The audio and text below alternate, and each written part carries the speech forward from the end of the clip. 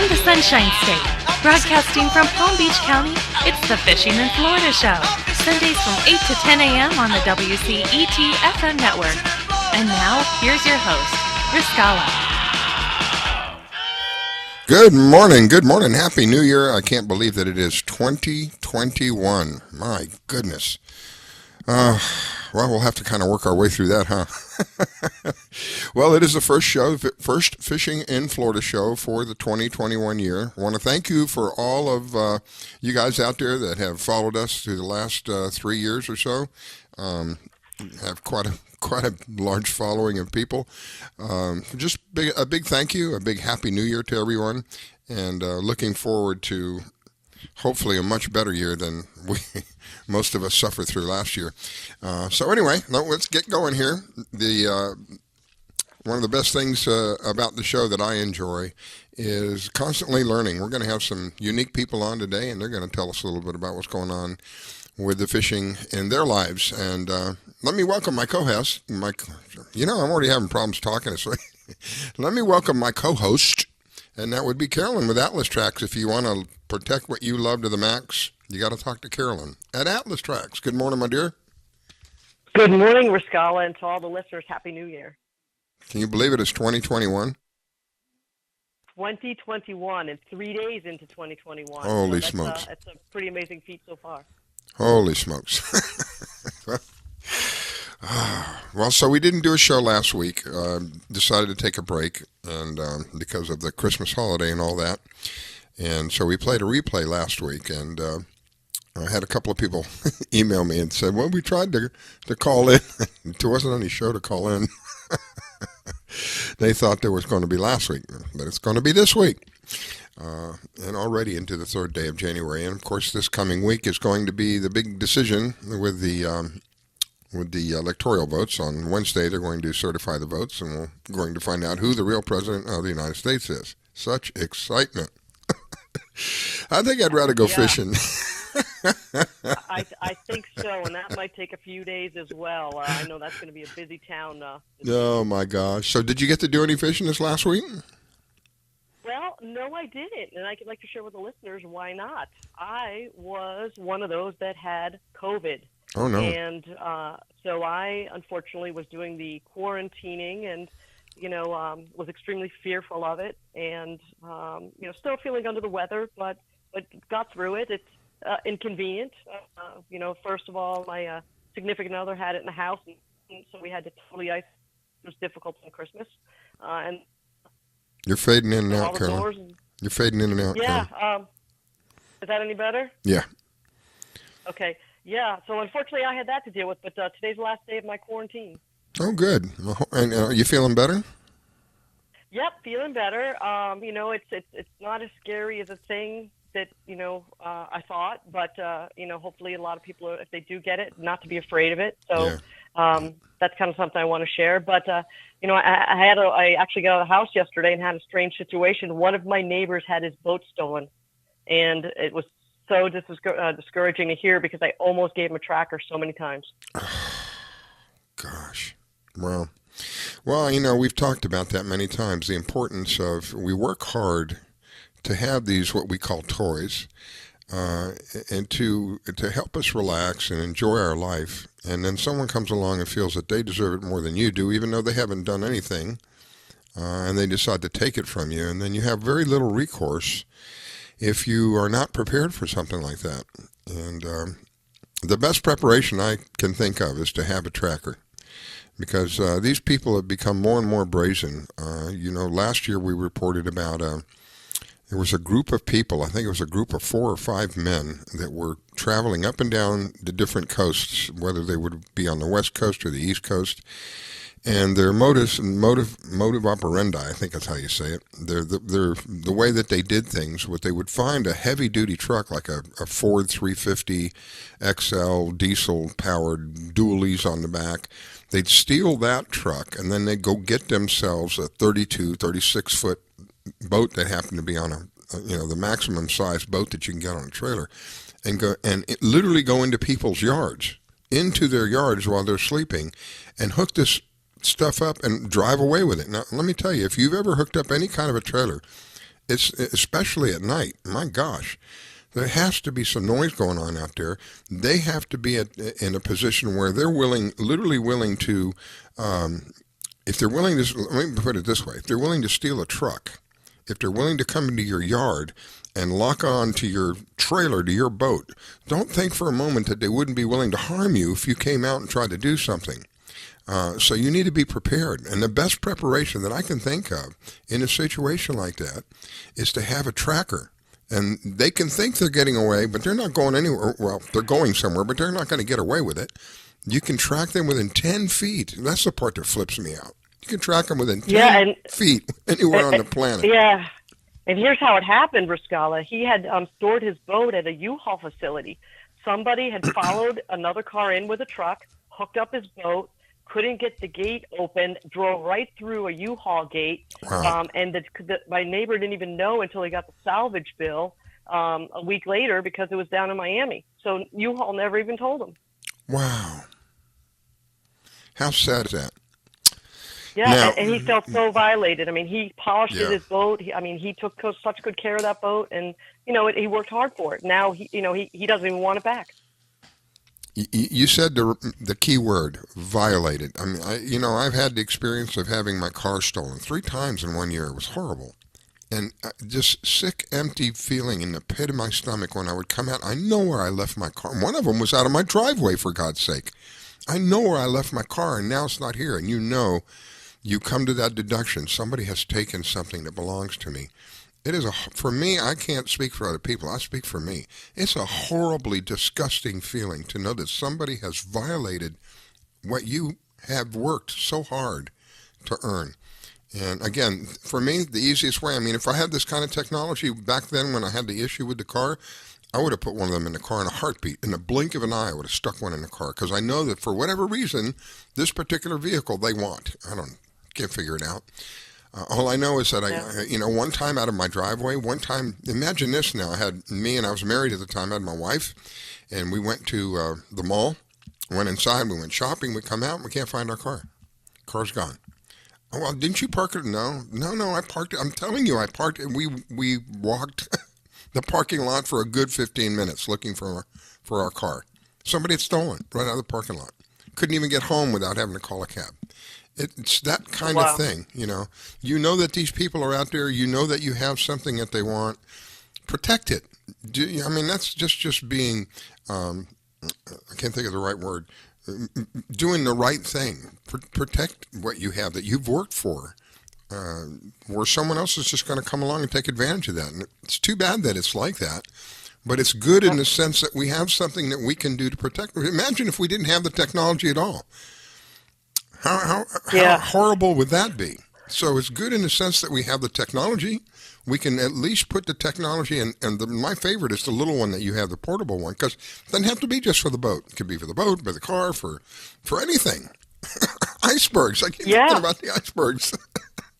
Well, absolutely. And I had a customer call me. They do scrap metal, and they put dumpsters out in the field for months at a time, and they always lose them. So he said, "Hey, can we put some trackers, just mount them to the dumpster?" Wow. And kind of a sad story, Pascal. I don't know if you heard this, but there was a boat that disappeared yesterday going from Bimini to Lake Worth, Florida, 29-footer. Yeah. And 20 souls on board, which was, kind of overloaded, but they called off a search of 17,000 miles yesterday. And, who knows? Yeah, the last I heard they did not find him. Is that the latest? They still have not found him. Yep. And they called off the search. So, there's a case of only 57 miles between Bimini and Lake Worth, and who knows what happened, just safety. Wow. Yes, I did hear about that. It's so sad when you hear about stories like that. If you take the same situation and only one person, just all it would take is just one person to have one of these trackers. Again, the trackers, this is the most portable of anything that you can have. It's big enough to fit in your pocket. It's waterproof. It's self-powered. You don't rely on anything else. It's somewhat underwater proof. What is it, like 2-3 feet underwater? It'll work? Yeah, up to 3 feet underwater. So hopefully, you don't have to go there. But absolutely, it's cold and heat resistant. It's pretty amazing. It's amazing technology, and to me, it's just to be prudent. You're going to go out in the ocean. I'm so grateful of the times that I went out. All those times. Again, this technology was many years ago. This technology didn't exist back then. But if it did, you bet your bottom dollar I'd have one of these things on the boat with me every time we went out. There were times that we went out in the morning and it was kind of rough, and then as the day went on, it would smooth out to like glass. And there were times that we went out, it was almost like glass in the morning. By the time noon showed up, it was 4 to 6 foot swells, and it's pretty spooky when you're only in a 24-foot boat. You're getting 4 to 6 foot swells. God forbid that something would have happened. We would not have had. I had a VHF radio, I had a CB radio, and neither one of those is going to be worth anything once they get wet. That's the whole thing behind this tracker. It can get wet. It can go underwater. It's self-contained. It's completely, totally 100% portable. Having this thing with you can, God forbid something goes wrong, having this with you or having it in your car or having it on some piece of equipment that you think is under threat of being stolen, you can find it within 10 feet anywhere on the planet. That's the part that tickles me. Within 10 feet anywhere on the planet. So they think that they're getting away. They're not getting away. Well, they're physically maybe getting away with it. But you can tell where they're at. Right down to, the thing about the boats that I like is that, correct me if I'm wrong, Carolyn, you can have like a map, a history of where you've been, what time you were there, just a slew of information, right? Oh, absolutely. You have the entire history of every single trip that you've taken with breadcrumbs, how many miles you've done, what speed, what bearings.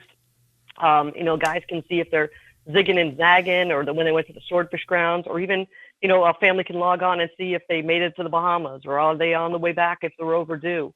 Things like that. A lot of times people will run their charter businesses, have all their boats on one little map. They can see, where they all are in Cabo, or, is a kid taking the boat out today, or lobster pots. They're putting lobster pots down. Where did the lobster pots go?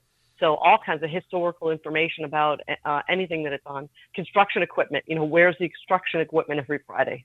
So things like that. It's just pretty amazing. Yes, it is an amazing technology. Let's talk a little bit about the weather. We got, looks like what appears to be on the map, on the Wonder Map, it looks like we have a front moving in. It is a distinct line coming in through Florida. The high point of the line is on the east coast and Daytona Beach. The low point is down below, it's a diagonal cut. It's down below Tampa or Cape Coral area. And it is all the way across the state, so I don't know what time that's to be expected, but I'm sure that when that comes through, we're going to have some clouds and some rains. Some rain. Yeah, no coffee this morning. No coffee. I'm waking up without the coffee. Oh, my goodness. Well, let's see. With the National Weather Service says that we have, what do we have? We have, wow. I can't bring it up. Why is it not cooperating? Well, we'll see if we can bring that up in a minute. You've got seas. If you're looking for seas are going to be around 2 feet on the East Coast here today, which is going to be nice. Light winds up to 10 knots. So it looks like it's going to be good. Yeah, the page won't come up for me. I don't know why. The parks and conditions in the parks looking like, some of the parks are being dredged. Were you aware of that? They're dredging out some of the parks, and it looks like Ocean Cay and Juneau and Loggerhead.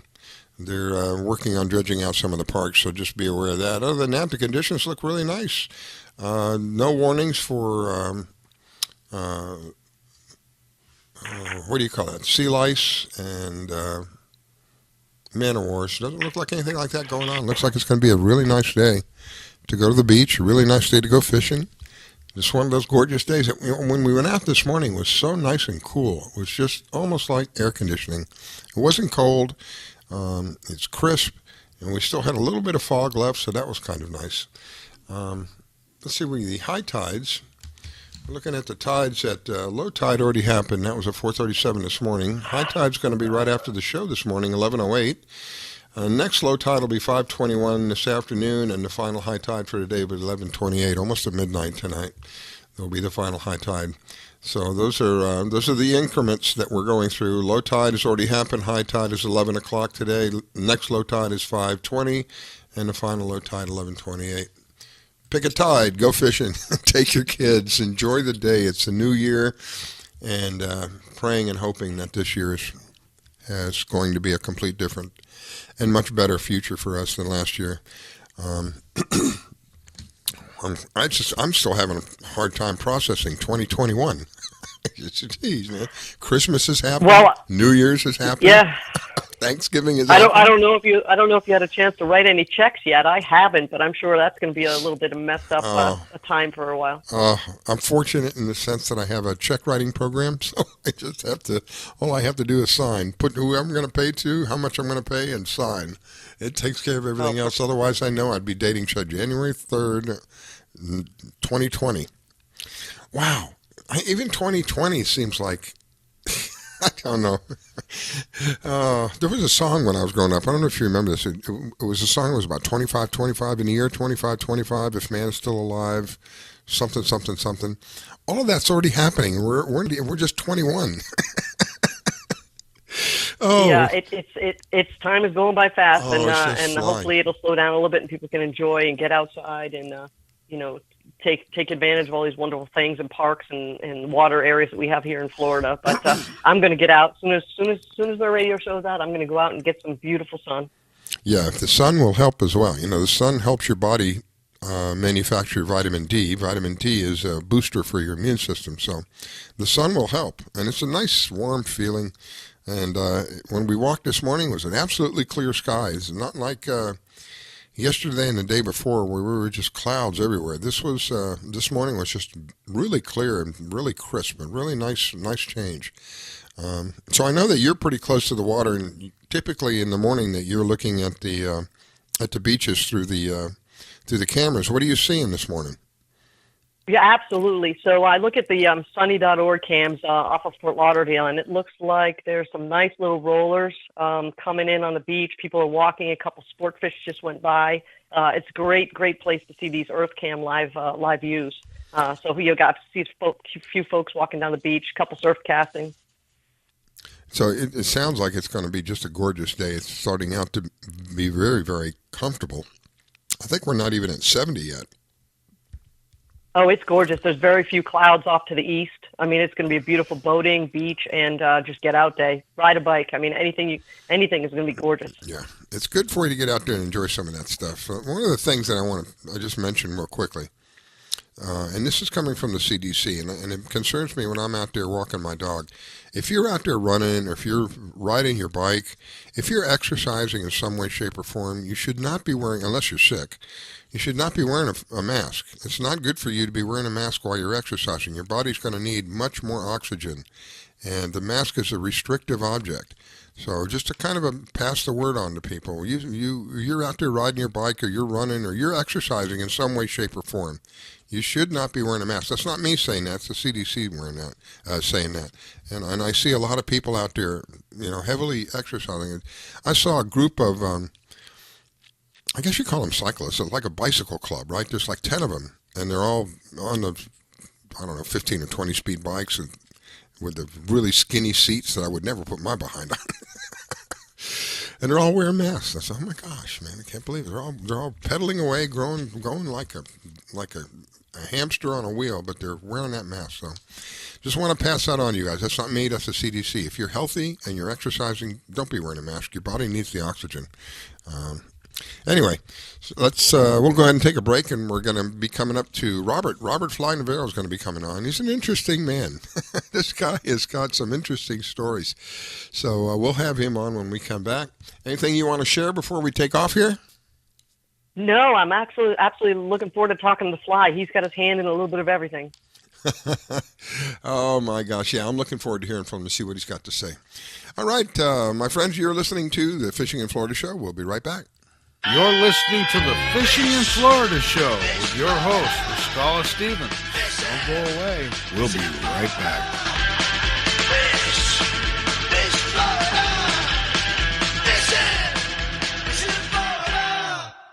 When it comes to parenting, there are no perfect answers. But that's okay, because you don't have to be perfect to be a perfect parent. Teens in foster care will love you just the same. For more information on adoption, visit adoptuskids.org. A message from the U.S. Department of Health and Human Services, Adopt U.S. Kids, and the Ad Council.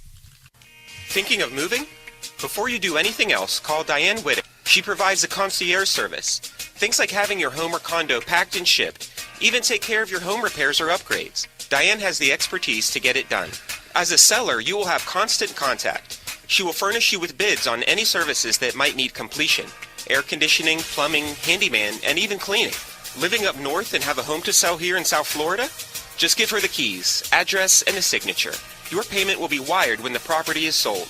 That's right, Diane does it all. Thinking of buying? Diane has great listening skills. Tell her what you want, give her your budget, and like a genie, she will make your real estate wish come true. There's no regrets when you choose Diane Whittick. To reach Diane, call 561-247-5478. That's 561-247-5478.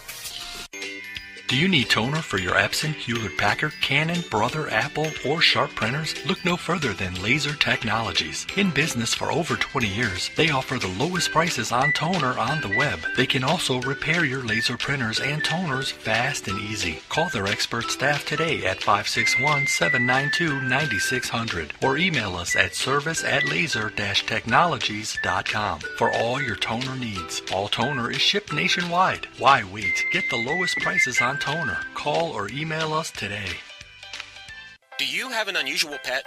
Did you know that the Rainforest Clinic in Loxahatchee specializes in exotic pets? They see pets that other vets don't. Parrots and chickens, ducks, geese, turtles, snakes, goats, pigs, lizards, and even monkeys. Are you a beekeeper? Dr. Clubb, the first of her kind in the area? Yes, she takes care of bees as well. Dr. Susan Clubb has decades of experience and known around the world for her reputation as a premier avian vet. Located at 3319 E Road in Loxahatchee, just a short distance north of Okeechobee Road, you will find a modern clinic with in-house labs, which allow you to get your test answers quickly. You can find them online at www.susanclub.com. That's www.susanclubb.com. Or you can reach her at 561-795-4878. It's Dr. Susan Clubb. That's 561-795-4878. The Rainforest Clinic located in Loxahatchee. 561-795-4878. Want to give your pet the celebrity treatment? Have you heard of Holly Wolf Pet Grooming and Care in Royal Palm Beach? They're located just off State Road 7 and have been servicing the area for 14 years. Holly Wolf Pet Grooming and Care is the home of the Blueberry Facial, also specializing in tartar removal with 8 years of assisting in dental procedures. Holly Wolf Pet Grooming and Care? They're more than just about dogs. They are the only experienced cat groomer in the area. They also cater to all breeds and sizes and open 6 days a week.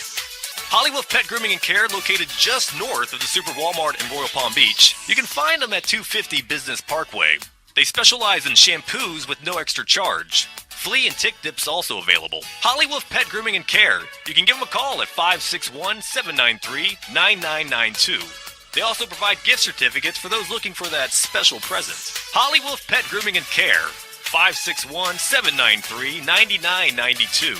They're located in Royal Palm Beach. That number, 561-793-9992. Call for your appointment today. This station is now the ultimate power in the universe. We have ignition. Strap in. 5, 4, 3, 2, 1. I grab my fishing pole and cast it in the water. I fish until dawn. Oh my, I caught a shark. I'm fishing and blowing on when the sun shines all day. If they call me a grouper, so I'm fishing and blowing on. Oh yeah, fishing and blowing on. Good morning from the Sunshine State. Broadcasting from Palm Beach County, it's the Fishing in Florida Show. Sundays from 8 to 10 a.m. on the WCET FM network. And now, here's your host, Riscala. All right, we are back. It is the Fishing in Florida Show. Good morning. If you're just joining us, we will have archives set up, and the archives will be available through our Fishing in Florida Show page on Facebook. So all you got to do is go to Facebook, and you'll see a link there. Our archives are actually on YouTube, but I haven't figured out how to make the YouTube thing work, where if you put in Fishing in Florida, you'll get a bazillion results, and we won't be any of them. So the easiest way to do it is to go over to our Facebook page and just click on the link there and that'll take you right over. Plenty of different ways you can listen to us. You can go on our website, www.wcetfm.com. You can download our app, which is the easiest of all of those ways. It's free. There is no spyware. There's no adware. There's no push notifications. Just an easy way to listen to the network. If you're a Facebook fanatic, you can go to our Fishing in Florida show, click on Contact Us, and you can connect directly to our live server. If you have the TuneIn app, you can find us under Marina Rock Radio. Big thank you to Marina Rock, by the way. Marina Rock is one of our affiliates. Big thank you to them. They are out of Miami. You can, if you have the TuneIn app, you can find Marina Rock Radio and tune us in on Marina Rock Radio. So there's a lot of different ways you can find us, and we are ever so grateful that you do. Every Sunday morning from 8 to 10 a.m. Here on WCET and, of course, on Marina Rock. Let me welcome back my co-host, that is Carolyn with Atlas Trax. If you want to protect what you love to the max, who are you going to call? Carolyn at Atlas Trax. Welcome back. She must put her phone on mute. And let me get, let's see, I think we have Robert. Let me see if we can get over here to Robert. Robert, good morning, sir. Good morning. Can you hear me? Oh, I can hear you fine. Yeah, that was... Okay, cool. Hey, good morning, Robert. Welcome to the show. Good morning. See, I didn't even know that Carolyn was going to be on the show until last night when she texted me. Oh, yeah? If I would have known she was going to be on the show, I would have agreed twice as fast. Oh, there you go. Oh, you have I love... See, there you go, Robert, and it's good to hear from you. And Riscala, Robert and I bump past here and there doing a lot of the Billfish Foundation events, but boy, is he out there fishing and helping the ladies get along with tournaments, and I'm so glad you're on the show, Robert. Well, I thought Thank you so much for having me today. I thought it would be nice to have him on the beginning. First show of the year. Let's see what he's got to say. So let's give us an update, my friend. How is everything? Oh, what a crazy end of 2020. And in a good way. I mean, I'm a firm believer in opportunity always presents itself at the craziest times. Mm-hmm. And the end of 2020 was quite incredible. So give us a little detail on quite incredible meaning. Well, the end of November, my first book went to publish. Oh, congratulations. So, everybody was able to get it before Christmas, all the pre-orders. I ended up writing a book on the top 60 fishing tournaments of the Americas. So we wrote a book on fishing tournaments, 20 tournaments in the saltwater offshore realm, 20 tournaments in the saltwater inshore realm, and 20 freshwater tournaments. And this is ranging from Seward, Alaska, down to Salinas, Ecuador, and from Maine down to Trinidad and Tobago. Wow. So we have blue marlin tournaments, sailfish tournaments. We have wahoo, dorado tournaments, redfish, tarpon, trout. We have a flounder tournament out of Jacksonville called the Flounder Pounder. We got halibut tournaments out of Homer, Alaska. Well, the biggest thing we were trying to do because of COVID, we added 13 million new anglers nationwide. So we were trying to kind of just give a sliver, an overall view of what events in the fishing community are like. And we were able to put this together in record time also. We didn't agree to do it until the second week of September. We were able to put this together in 6 weeks. You just said something that caught my ear. How many million? 13 million? We added 13 million new anglers that we can count. And when I say when we can count, if you're under 16 or over 65, you do not need a fishing license. Yeah. So there's no way to track somebody that's 14 years old and is taking up fishing. And with COVID, there were so many people that were either, not going to work or had to stay inside. And fishing is a sport that, number one, it gets you outside. It gets you outside socially distanced. And whether here in Florida, we're very, very spoiled because we have the ability to go offshore and go offshore fishing. We can fish inshore. We can go freshwater fishing. I mean, Florida has drainage canals everywhere, has lakes everywhere. So we have a great opportunity to do all kinds of fishing. But as a nation, people just wanted to get outside. People wanted to get outside to your local river, to your local canal, and go out and enjoy the outdoors, especially in this time where people, a lot of people weren't going to work. They were stuck inside the house. Well, you know what? You can go outside, be socially distanced, enjoy Mother Nature, and enjoy the great sport of fishing. Excellent point. Go ahead, Carolyn. I was going to say, Robert, of the 60 tournaments you wrote about, how many have you actually fished in? Because you are everywhere. And it's funny. The question you should ask, and that's a great question, I would say maybe of the 60, I was probably I have fished maybe 10 over the course of my career. But here's the question. How many am I going to fish this year? So the month of January, I'm fishing 5 tournaments. 3 of those 5 are in the book. One of them, I'm going to do a kind of fishing I have never done before. On the 15th and 16th, I am going ice fishing for the very first time. Oh, wow. Yes. One of the tournaments that made the book actually was a tournament series. It's the North American Ice Fishing Circuit.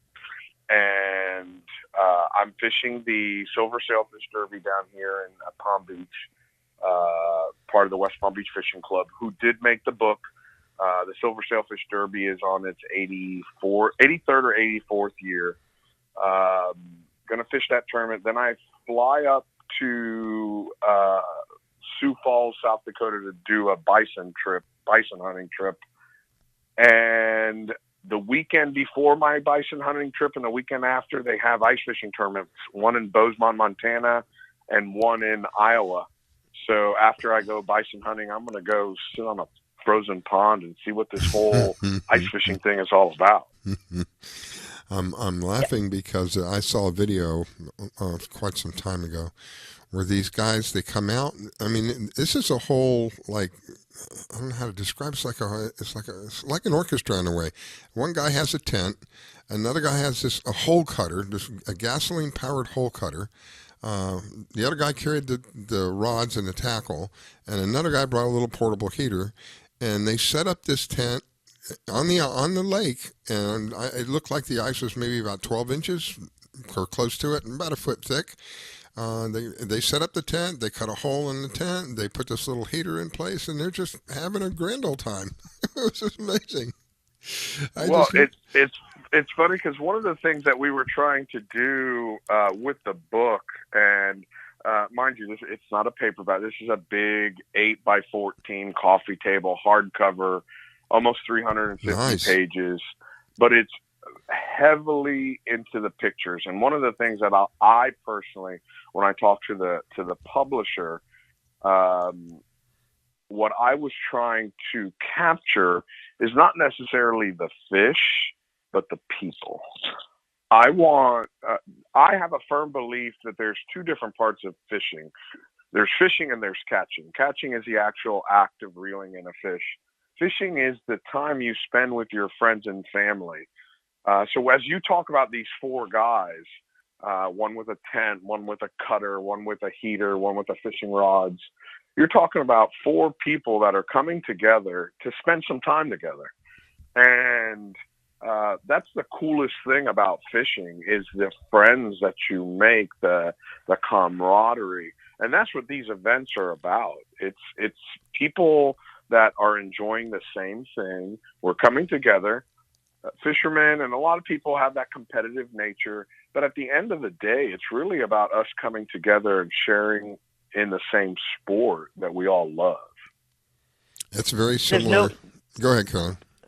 I was going to say that there's no doubt about that. And you were even mentioning the sailfish tournament. You know, you've got the guys from Real Captivating and Mike Simko. Those guys are going to be fishing. So it turns into a nice small community, even though it's such a, nationwide event. And, you're out there and you're promoting and you're doing your videos on segments on how to fillet fish, how to tie lines. For those of our listeners that don't know, I mean, Robert the Fly's out there doing instructional videos on his social media and getting out there and fishing worldwide with some pretty amazing catches. One of the great things that I've had the opportunity to enjoy with all the traveling I do, when you talk about a small community, you go to these tournaments and it's a small community. I've had the pleasure of fishing a lot of tournaments in countries where I don't speak the language. And I've been the only guy on the boat that speaks English. And one thing that I've learned is that it doesn't matter where you go, that camaraderie that you feel over this sport, it transcends language. I've been on a boat where I knew how to say billfish. I did not know how to say left or right. So I was in the tower. I was in Japan fishing a tournament out of Nagoya. I was the only person that spoke English on the boat. So I figured I'm going to go up in the tower and call out fish. And I knew how to say billfish. And I yell out, "There's a blue marlin, left rigger." But no, I didn't know how to say left. So everybody had to look up in the tower for me to point out where the blue marlin was.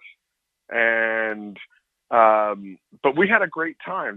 There's no, just because you didn't know the language didn't mean it was holding you up. It was still a passion for the sport. And you can share that with people across borders. And that's why I do so much stuff out of the country. I actually just found out the other day, because of all this crazy lockdown, one of the things that I had agreed to do was to put on the first ever all-release Blue Marlin tournament in Okinawa, Japan. And we were in the process of building this tournament for next June. Unfortunately, Japan's locked down now, and they will be locked down to all 4 nationals until April 23rd, where they will reevaluate. And that just doesn't give me enough time to put together an event of that magnitude. So we're just postponing it till 2022. Wow. So you had mentioned about the 4 guys coming together, and they're all they all like fishing, so they're all sharing an experience that they all enjoy at the same time. And that was one of the reasons that they came together. Fishing, in my experience, was kind of sort of like the glue that held our family together, because fishing was a regular thing for us. It was because my dad loved fishing, and fortunately my mom loved fishing as well. So it was very common for us to go fishing almost every weekend. We would go fishing all over the place. We didn't have a boat. So we would fish bridges, and we would fish catwalks and things of that nature. So we would go all over. One of my favorite places was Naples. I don't know if it's still there, but they had the most beautiful fishing pier in Naples. And you could catch, my gosh, just about anything you can imagine out there on that fishing pier. And this was one of the reasons when I had the opportunity to do the show, I said, well, this is a great way to get families working back together, because families have been under attack for quite some time. And this is a great way, because if we can get the family to all enjoy the same thing at the same time, then in a way that helps them, if they can, in a way it helps them stay together, because they have, oh, did you notice while we were there? No, I didn't notice that. It's that kind of thing. In my experience, because there was 4 in the family, my mom and dad, my brother and I, we each had our own little part, like I described earlier about the guys with one guy with the tent and one guy with the rods. We each had our own little part. My brother would scale them, my mom would clean them, I would prep them for my dad, and my dad would cook them. So everybody had their own little part of it. I never realized growing up what an integral part of our family this was, and how it really helped us to retain that family unit. Even to this day, my best friend is my brother. And so that's one of the reasons I do this show, is to try to get that idea across, that we all can find a common bond, and we all can find common bonds. One of those common bonds can be fishing.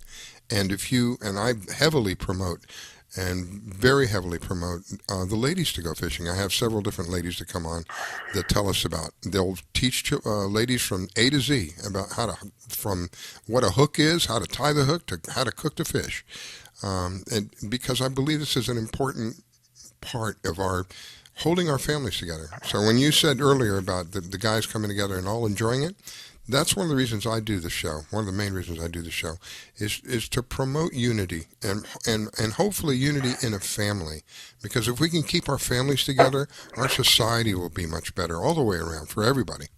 So I like the idea that you point that out, and that's important to you, because it's something that's very important to me. I know I stopped you, Carolyn. Go ahead.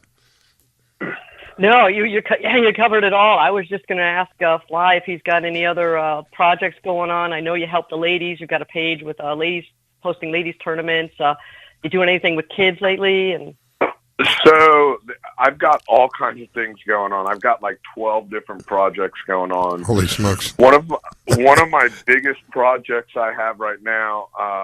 I'm waiting for the Apple Store to check off on my new app. We've already launched the website. We've launched Fly Zone Outdoors. I play in the social media world. I create content to teach people about our sport. A lot of people, their first experience or their first introduction to fishing is a lot of my videos, because they're educational. So, but unfortunately, a lot of the social media that we're looking on, it's crowded. It's just like we're fighting for people's attention. So about 11 months ago, I started a project to create my own platform to compete with Facebook and Instagram. So we just launched Fly Zone Outdoors probably 2 weeks ago. It was going to be flyzonefishing.com, where it's just a fishing platform. But when we started looking at these numbers, we realized that there's a lot of crossover, where people that like to fish, they also like to hunt, they like to camp, they like to RV, they like to hike. So we created a platform where it's a little bit of it all. If you like to hike, we've got all kinds of hiking stuff and information. If you like to camp, I know Gen Z, which is the young kids coming up right now, 85% of Gen Z feel that they need to have an outdoor activity. That is their feeling. This group of kids that are coming up in the 11 to 16-year-old range, they like to be outdoors. They want to do something outdoors, whether it's biking or hiking or camping, canoeing, kayaking. So we created this platform, and originally it was for me to be able to host all my fishing events on there, and my content, and anybody that is trying to share all this outdoor fishing stuff. And we just opened it up to everybody. We just opened it up to hiking and kayaking and surfing and skiing and you name it. And my biggest thing, and I put it into my rules, is I'll kick you off if you talk about politics. I don't care who you vote for. And one of the greatest things, and I've been to so many countries in this world, one of the greatest things about our country is that you have the right to vote. But I don't want to hear who you vote for. I don't care. If you want to go fishing with me, then come fishing. Yeah. If you want to talk to fishing about me, great. But I don't want to hear who you vote for, or how you vote, or how I should change, or how you should change. Listen, let's talk about fishing. Let's put our arms around each other and talk about what you just caught or what you plan on catching. And that's what I wanted to create. I wanted to create a spot where we all have that same thing in common, where we want to be outside. Especially now. There's plenty of now. There's so many people that want to be outside whether it's hiking or biking. During the summer, I went up to Colorado, and downhill mountain biking is huge. There's tens of thousands of people on the mountain. Wow. And you couldn't find a bike anywhere in the country because people want to go outside. People want to go outside, so let's encourage that. Let's find that same, like you said, that same bond. And, we're on a show talking about fishing, and that's my passion, fishing. But if I'm going to build something that is so interchangeable as outdoors, I couldn't tell you how many times I've taken a bike to get to a certain pond, or camped out because I want to be on a certain river to go fishing, or camp out at Cape Sable to go red fishing and snook fishing. So there's so many of these outdoor activities that intertwine with each other. And that's why we went ahead and built this platform, and go meet people that are alike and enjoy the same things with you. So, we have all kinds of different projects going on. And I have a hard time saying no. I love projects. I love building stuff. I really do. It sounds like it. So go ahead, Carolyn. I was going to say, so Robert, if folks want to just catch some of your more instructional videos, what's the best Facebook page to send them to? So my Facebook page to look at all that stuff in my live podcast and stuff like that is going to be on Fly Navarro, which is just facebook.com/Fly Navarro. All the videos are cataloged on my YouTube channel along with my podcast. We're interviewing all kinds of different people in the fishing and outdoor world for my podcast. The podcast, that's another child of COVID. My podcast I started, again, we thought we were going to get shut down for 2 weeks. After 10 days, I was going stir crazy. So I went out front in my parking on my driveway and started talking online, and that's turned into interviewing people from all over the country in the fishing world, hunters, and just recently, and it's starting here on this week coming up, my podcast got picked up and it's being syndicated on the V-Bar network to everybody that just loves the outdoors. Wow. That's excellent. And once again, now, do you have, you mentioned the site where everybody could go, anything to do with fishing, hunting, camping, all the related? It's FlyZone. That's flyzoneoutdoors.com. Okay. Good. We are going to redirect. There's a bunch of IT stuff that I'm learning along the way. We're going to redirect Fly Zone fishing and Fly Zone hunting and Fly Zone kayaking all back to that same site. But if anybody goes on there now and you find something that needs improvement, shoot me a message, shoot me an email. I know we've sent it out to a bunch of people, and at the first time we put it out, maybe 4 months ago, I sent it out to like 40 people, and a third of them couldn't sign on. I can't sign on. I go, that's part of the experiment. That's what I needed to know. So now we've got it where you can sign up through Twitter, through Google. We're waiting for Facebook to give us approval where you can sign up through Facebook. Yesterday, I was putting together all the RSS feeds that I want attached to it in the different categories. So it's a labor of love. It's like I don't have any children, so for me, it's all these projects are having a child. You're building something and you're watching it grow. And I love it. All my tournaments are just the same. It's for me, it's just to introduce our sport to as many people as possible. I think you're doing a jam-up job. Unfortunately, we are out of time on this slot. I want to say thank you so very much. Happy New Year. I'm ever so grateful for people like you who are so active in our our community and giving out, because that's really what helps make a community better. The community is these kind of things, these different types of activities. FlyZoneOutdoors.com. You guys can go there and get some more information. Robert the Fly Navarro, you can look him up. He's on Facebook. He's on Instagram. I think we're even connected on LinkedIn. An amazing man, another individual who gives back in many different ways. Thank you, Robert. Greatly appreciate it. Carolyn, I'll give Thank you you guys for your time today. I really appreciate the opportunity to be on the show. It's an honor and a privilege. I'll give Carolyn an opportunity to say goodbye to you.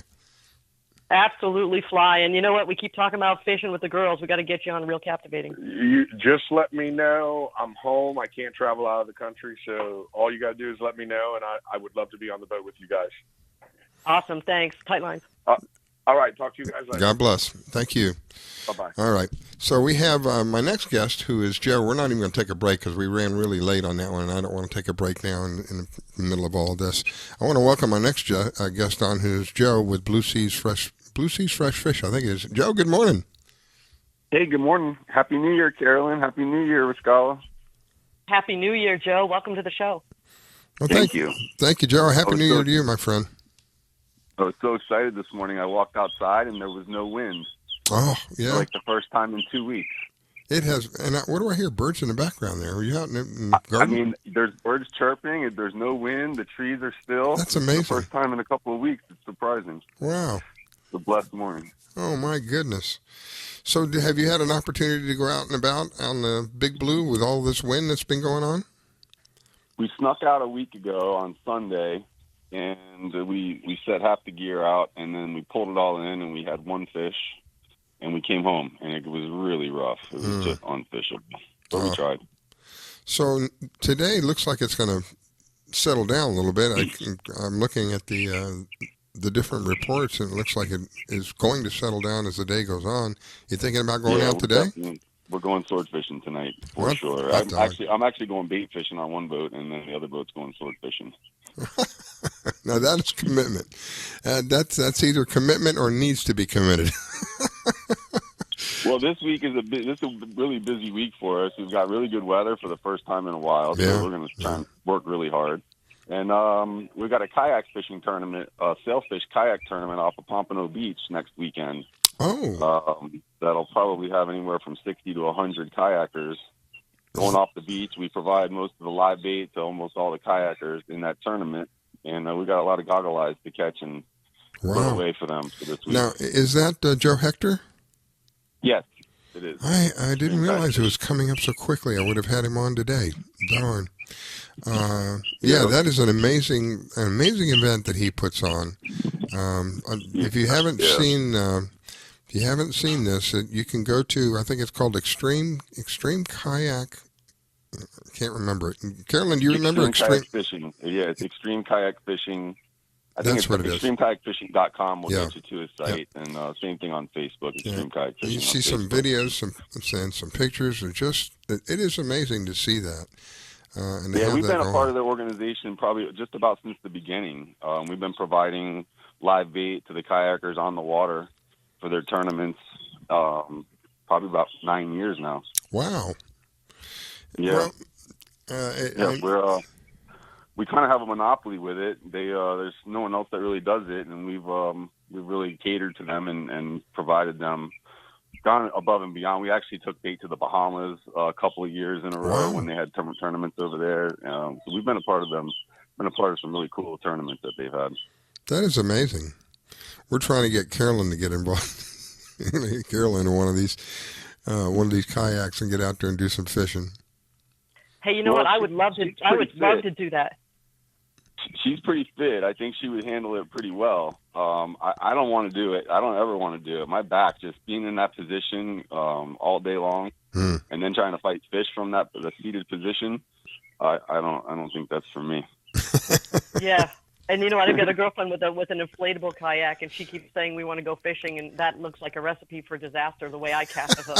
So that sounds like a very bad idea to go fishing in an inflatable kayak.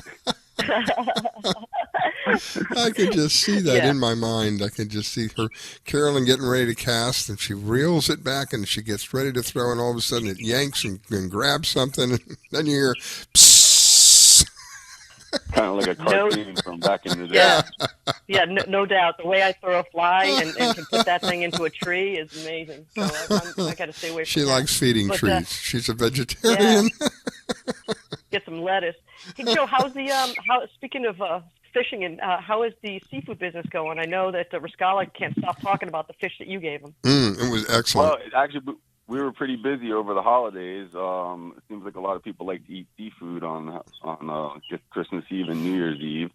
I wish I had more. I had so many phone calls for crabs, stone crabs, snow crabs, king crabs, and we just don't carry any of those things. So I've got to figure out a way to try and get those on the menu for certain times of the year, because we missed a lot of business from calls for those types of seafood. I have the name of somebody who sells that. I'll give that name to you. Maybe you can work something with him. Yeah, that's not a bad idea. Not a bad idea. You can help each other. Blessed. We had a great Christmas, great New Year's, and happy to get the last year behind us and get going with the new year. Thank you, God. It's over. Oh my gosh! I just can't even believe that the whole year, the whole thing with the whole year, with that, all the stuff that, and just hoping and praying that now that we're into a year 21, that things are going to start turning around, and we start. The thing with the lockdowns is really, that's what bothered the heck out of me. Telling people that one person is essential and one person is not essential. All of that rubbed me the wrong way. Unfortunately, we're not going to be doing that here in Florida, but there are places that there are. Who was just on was telling us this, Japan's lockdown. Roberto was telling us. Robert was telling us about they're going to lock Japan down because of, I don't know, who knows. Well, it's funny. We started off the year in 2020 on a good note. We have a child with cancer, and he had over 100 cancer cells in his lungs. And by the beginning of the year, we had already been on lockdown since October of 2018. We've been wearing masks, and we look like everybody else did to start this year. But we've been doing it for a while already. So when we started the year, we're like, wow, we're almost done. We get to go out, and kids get to be kids, and we get to live a life. And then all of a sudden, everyone else is wearing masks, and we're like, oh, look at this. Oh my gosh! Ironic. Wow. And how is he doing now? Excellent. He's had 2 clear scans. He's doing great. He's a normal 6-year-old kid. Thank you, God. That's great news. Yeah, that's excellent news. Yeah, all of us on this on the line right now have had an experience with cancer. I've had to deal with it twice. Carolyn's had it, and your son has had it.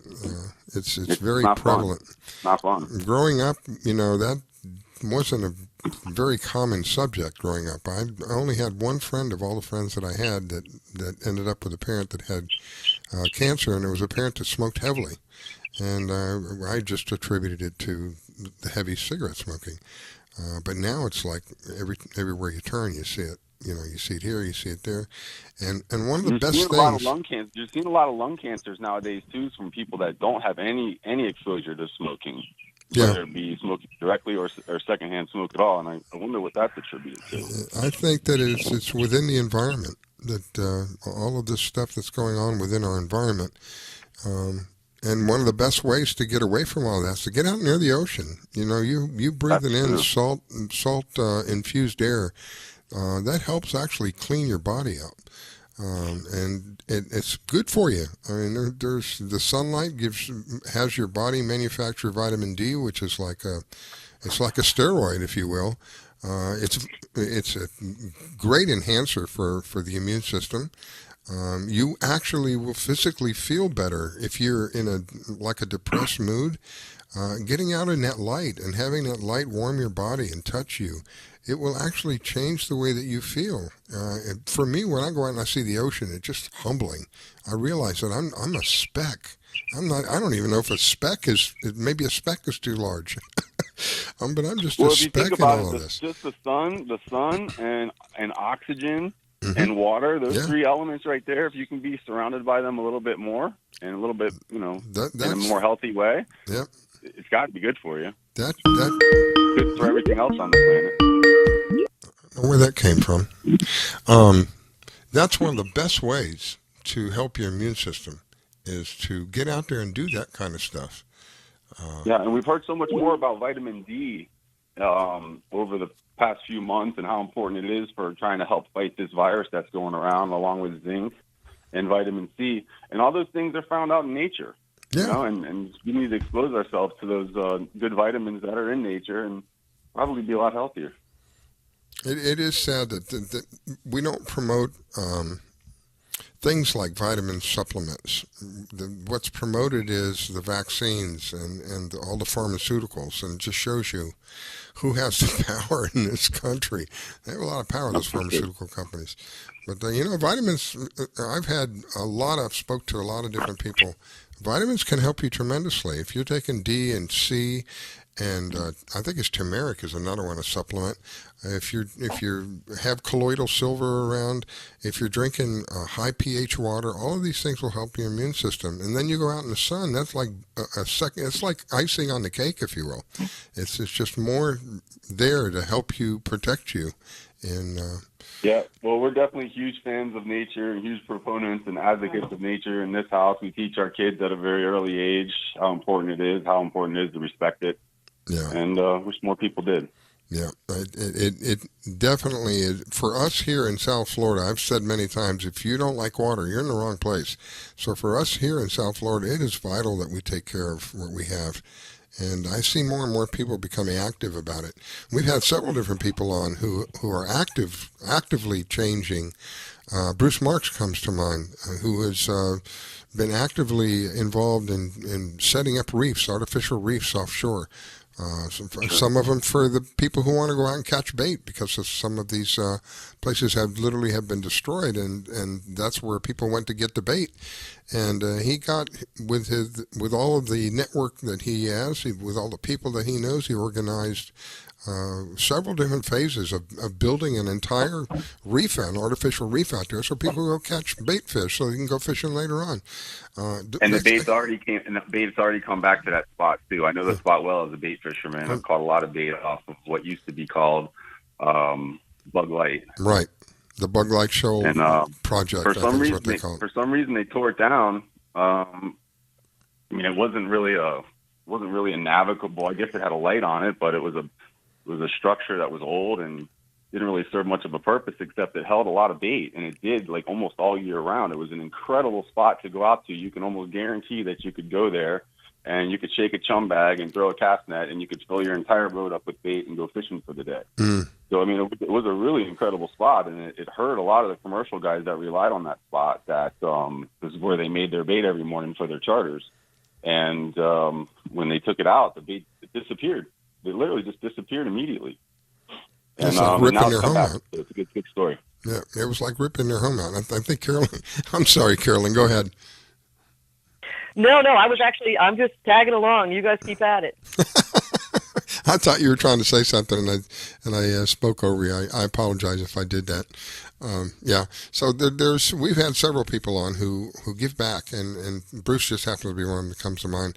He's out there fishing today, and tight lines, Bruce. I hope you get what you're looking for this morning. He couldn't wait. Him like you, he's been waiting to go, but it's been so windy, really unusual. To me, it seems unusual. Is this normal? What we've been going through with all this wind? We had front after front come through, and then high pressure dominated, and it just kept spinning, and it was just over our area, and just another front kept passing through every few days. Yeah, we have one. Couple of weeks. I can see one coming through on the radar. I don't know how long it'll be before it gets into our area. It's already passing through Tampa on the west coast, and it's coming through about Daytona right about now on the east coast. I don't know how long before it'll get to us, but when they come through, we get the wind, we get the rain, and then we get the cool air. People say cold. We get the cool air. We get the air conditioned air, and that's what we got to look forward to. Well, I want to wish you the best. Let's hope that you come back with what you're looking for, because I want to get some more of that fish. That stuff was excellent. If you guys don't know what Joe does, let me give Joe a couple of seconds here. Tell him what you do, Joe. Well, we put together something when COVID started to deliver fresh fish directly to your house. So we created BlueSeasFreshFish.com, where you can go online and order an assortment of different fish that are mostly local caught. Some don't come from here, but most are local. And you place your order. We fillet, vacuum seal, and deliver every Monday, Wednesday, and Friday. We currently have a $5 delivery fee to Broward County and a $10 delivery fee to Dane and Palm Beach County. But go online, place an order, try us out. You won't be disappointed. I'll back that up. I had the opportunity to get the freshest salmon I've ever had, period. There's hands down. There's no comparison. And to get some... Well, obviously that's not a locally caught one. Yeah. Yeah. And then I had... It is fresh. It is fresh. And we had the swordfish. And again, hands down. Swordfish to me, I don't... Maybe I'm kind of peculiar, but swordfish to me, when I take it and like I barbecue it, I'll put it over charcoal barbecue and put a little hickory in there or some mesquite in there to give it some smoky flavor. It is almost like eating steak to me. The taste, the whole thing it's almost like eating a steak. It is just amazing. It's a thick, hearty fish. Yeah, that's for sure. Yeah, and what you brought me, my gosh, it was so good. My mouth is watering. I'm thinking about it. Oh, it's too bad. We're always open. We're open 3 days a week to deliver whatever you need us, whatever kind of fish we have on hand. Yeah. And something else, Joe. If somebody wanted to get some live bait, how would they get with you for live bait, and where would they hook up with you? I've actually become more of a wholesaler of live bait, so I sell to the marinas around town. There's 3 marinas in Broward County specifically that I deliver bait to. And, those marinas, we try and keep them as full as possible. One of them is Lighthouse Point Marina in Lighthouse Point. The other one's Lauderdale Marina. And then you got the Sands and Taha and Pompano Beach. And then I said Lauderdale Marina in Fort Lauderdale. But those are the places we try and keep full of bait. And that's your best shot of getting bait would be to do that. Now, if you have a tournament or something coming up where you needed 10 dozen goggle eyes delivered to your back door, that would be a situation where you just call me directly and we'll deliver them right to your house. What phone number could people reach out to you at? 954-560-1600. 560-1600. In the 954 area code will get you right to my cell phone. Perfect. All right, my friend. Well, I wish you an awesome day and a happy New Year. And I'll see if I can get that guy's name. They reached out to me on Facebook, and I think they sell primarily just shellfish. I don't think they sell seafood. I think it's just strictly crabs and things of that nature. So maybe you can help each other out. Sounds good. Let's see what we can do. I like it. God bless you. Wish you an awesome day. New Year. Thanks for having me on, and we'll talk to you guys again soon. All right. Tie lines, Joe. All right. Bye-bye. All right, Carolyn, we're looking for Trae West. He's probably got some customers in the store, but he was due on just here in just a few minutes. So what we'll do is we'll take a quick break and come back. You're listening to the Fishing in Florida show this morning with Riscala and Carolyn, and what a beautiful morning it is here in South Florida. Here we go. You're listening to the Fishing in Florida show with your host, Riscala Stevens. Don't go away. We'll be right back.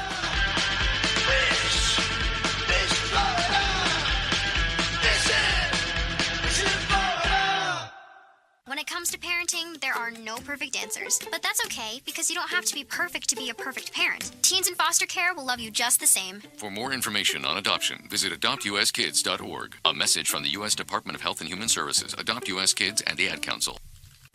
Thinking of moving? Before you do anything else, call Diane Whittick. She provides a concierge service. Things like having your home or condo packed and shipped. Even take care of your home repairs or upgrades. Diane has the expertise to get it done. As a seller, you will have constant contact. She will furnish you with bids on any services that might need completion. Air conditioning, plumbing, handyman, and even cleaning. Living up north and have a home to sell here in South Florida? Just give her the keys, address, and a signature. Your payment will be wired when the property is sold. That's right, Diane does it all. Thinking of buying? Diane has great listening skills. Tell her what you want, give her your budget, and like a genie, she will make your real estate wish come true. There's no regrets when you choose Diane Whittick. To reach Diane, call 561-247-5478. That's 561-247-5478. Do you need toner for your Epson, Hewlett-Packard, Canon, Brother, Apple, or Sharp printers? Look no further than Laser Technologies. In business for over 20 years, they offer the lowest prices on toner on the web. They can also repair your laser printers and toners fast and easy. Call their expert staff today at 561-792-9600 or email us at service@laser-technologies.com for all your toner needs. All toner is shipped nationwide. Why wait? Get the lowest prices on toner. Call or email us today. Do you have an unusual pet? Did you know that the Rainforest Clinic in Loxahatchee specializes in exotic pets? They see pets that other vets don't. Parrots and chickens, ducks, geese, turtles, snakes, goats, pigs, lizards, and even monkeys. Are you a beekeeper? Dr. Clubb, the first of her kind in the area? Yes, she takes care of bees as well. Dr. Susan Clubb has decades of experience and known around the world for her reputation as a premier avian vet. Located at 3319 E Road in Loxahatchee, just a short distance north of Okeechobee Road, you will find a modern clinic with in-house labs, which allow you to get your test answers quickly. You can find them online at www.susanclub.com. That's www.susanclub.com. Or you can reach her at 561-795-4878. It's Dr. Susan Clubb. That's 561-795-4878. The Rainforest Clinic located in Loxahatchee. 561-795-4878. Want to give your pet the celebrity treatment? Have you heard of Holly Wolf Pet Grooming and Care in Royal Palm Beach? They're located just off State Road 7 and have been servicing the area for 14 years. Holly Wolf Pet Grooming and Care is the home of the Blueberry Facial, also specializing in tartar removal with 8 years of assisting in dental procedures. Holly Wolf Pet Grooming and Care? They're more than just about dogs. They are the only experienced cat groomer in the area. They also cater to all breeds and sizes and open 6 days a week. Holly Wolf Pet Grooming and Care, located just north of the Super Walmart in Royal Palm Beach. You can find them at 250 Business Parkway. They specialize in shampoos with no extra charge. Flea and tick dips also available. Holly Wolf Pet Grooming and Care. You can give them a call at 561-793-9992. They also provide gift certificates for those looking for that special present. Holly Wolf Pet Grooming and Care. 561-793-9992. They're located in Royal Palm Beach. That number, 561-793-9992. Call for your appointment today. This station is now the ultimate power in the universe. We have ignition. Strap in. 5, 4, 3, 2, 1. I grab my fishing pole and cast it in the water. I fish until dawn. Oh my, I caught a shark. I'm fishing and blowing on when the sun shines all day. If they call me a grouper, so I'm fishing and blowing on. Oh yeah, fishing and blowing on. Good morning from the Sunshine State. Broadcasting from Palm Beach County, it's the Fishing in Florida Show. Sundays from 8 to 10 a.m. on the WCET FM network. And now, here's your host, Riscala. All right, we are back. It is the Fishing in Florida Show. Good morning, good morning, good morning. What a beautiful morning it is here in South Florida. Several ways that you can listen to the show. If you want to catch us online, you can go to our website, www.wcetfm.com. We have a player there. Another way you can listen to the show, if you're on Facebook, if you go to our Facebook page, Fishing in Florida, and click on our Contact Us, you'll get onto our live server. If you have the TuneIn app, you can find us under Marina Rock Radio. A big thank you to Marina Rock. You can find us under Marina Rock Radio on the TuneIn app. Another way to listen to us, and the easiest of all of the ways is to download our own app. We have an app that is absolutely free, and it has no spyware, it has no adware, and there are no push notifications. Just an easy way to listen to our network, and whatever time you're listening is whatever show you'll be listening to. Kind of like having a radio stuck on one station. Kind of, sort of. All right, so let me welcome back my co-host, who is Carolyn with Atlas Trax. If you want to protect what you love to the max, you got to talk to Carolyn at Atlas Trax. Welcome back, Miss Carolyn. Oh, absolutely. Happy Sunday, Rascala. Yes, ma'am. And it is a beautiful day. And I think we have Trae on the line. Let's welcome Trae. Trae with Big Dog Tackle. Good morning, sir. Hey, how you guys doing? Happy New Year, Trae. Happy New Year. How are you doing, my friend? Let me guess, you're at the store. Yeah, of course. Oh, I'm at the store. It was busy this morning. We have a good day of weather, so a lot of people are fishing. Yeah, it looks like it's going to be a gorgeous day. Going to be settling down even more as the day goes on, according to the reports that I see. And so as you may be getting busier as the day goes on. Yeah, hopefully. Hopefully it stays that way into the new year. Go ahead, Colonel. Have you done get any fishing done in the last week, or was it just a little bit too rough? Oh, the weather was pretty rough, so I think a lot of people just stayed home. I think they were recovering from Christmas and New Year's. And Thanksgiving. Don't forget Thanksgiving. I mean, my gosh, for a while there, I thought I was going to be growing turkey feathers. Jiminy. It was just turkey day in and day out. Really did a I did a number definitely ate on my it. share. Oh my goodness! So, what seems to be the most popular bait that you're dealing with? This time of year, a lot of people are chasing the wahoos. So the wahoo bite around the moon tends to be pretty strong. So a lot of people are fishing either high-speed lures and sometimes getting over to the Bahamas recently. And then other people are pulling planers with bonita strips and some ballyhoos. Those tend to be the most popular. Have you heard anything about mahi still out there? Any dolphin out there? There's been some sporadic mahi out there, but not real thick. Is it normal for them to be here? I don't know. In the back of my mind, it was so many years ago when we used to really go after that stuff. It seemed like when the summer was over, they were gone. Am I right, or I just remember it wrong? Yeah. So typically the mahi bite is really strong in April and May, and then into the summer months, and it kind of tapers off going into the winter time. Yeah. It seems that this year, at least where we're at, It's over unusual. here in Broward County, Yeah. the mahi bite kind of came on later in the year, and held on. It came on later and held on. Yeah. Yeah. There were a lot of mahi in the spring into the summer, but they were all really small. And just the fact that they were here. Somebody had told me that at one time they were seeing them in the inlets. They were coming all the way into the inlets. Did you hear anything like that? This is, I guess, several years back. That's crazy. we actually have a lot of kids that they cruise around the Intracoastal in their little Boston whalers and they fish. Yeah. And one of our kids, they caught a mahi right in the Intracoastal, right inside of Hillsborough Inlet. Wow.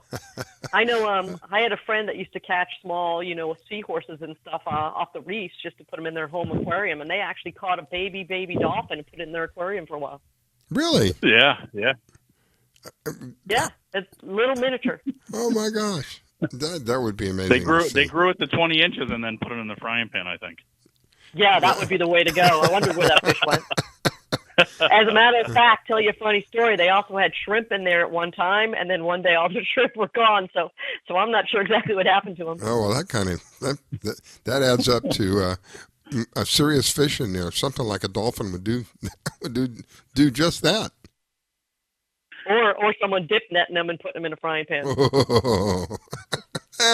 Yeah, that's possible. Oh my goodness! Wow.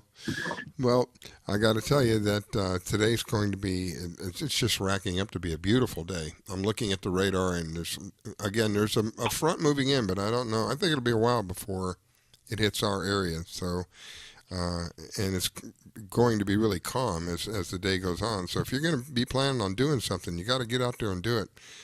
I think as we get towards the evening, it's going to start acting up. I think that front will be in our area by then, and we'll start seeing the winds and everything picking up again. So if you're going to do it, you got to do it quick.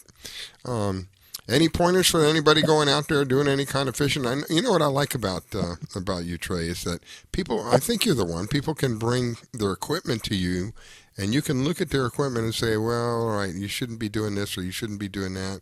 And I think you were the one who even spools, right? You put the line on the reels for them? Yeah, we do everything over here.